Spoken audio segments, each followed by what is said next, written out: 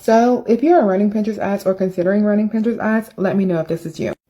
First off, I'm Presh Rogers and I do Pinterest ads for online entrepreneurs. So you decided you're going to do Pinterest ads. So you go on Pinterest, you install your Pinterest tag, hopefully, and then you set up your first Pinterest ad campaign. You decide you're going to go for conversions and you're going to optimize it, or your objective is checkouts, because you just going to jump right to the deep end. And if you're not getting the conversions that you want, that's probably why, because you jump right in. And here's why. So you just install your Pinterest tag. There's not enough data for Pinterest really to know who your person is that's going to be converting.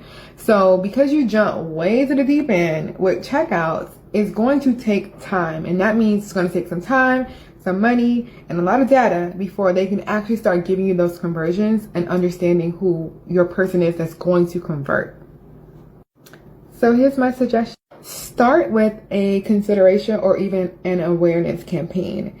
And that way it'll be a little bit cheaper probably, and you will give Pinterest time to get some data on who your people are, who's interested in your products, who's clicking on your pins, going to your website, and things like that. Then add on a conversion campaign after some time. So that way the tag has more information about your people.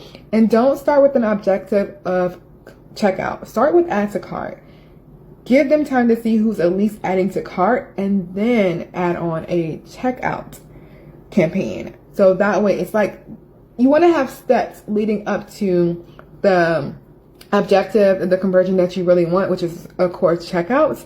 But you don't want to start there, because then it's not probably going to start converting the way that you want to as quickly as you want to. That's my advice for today.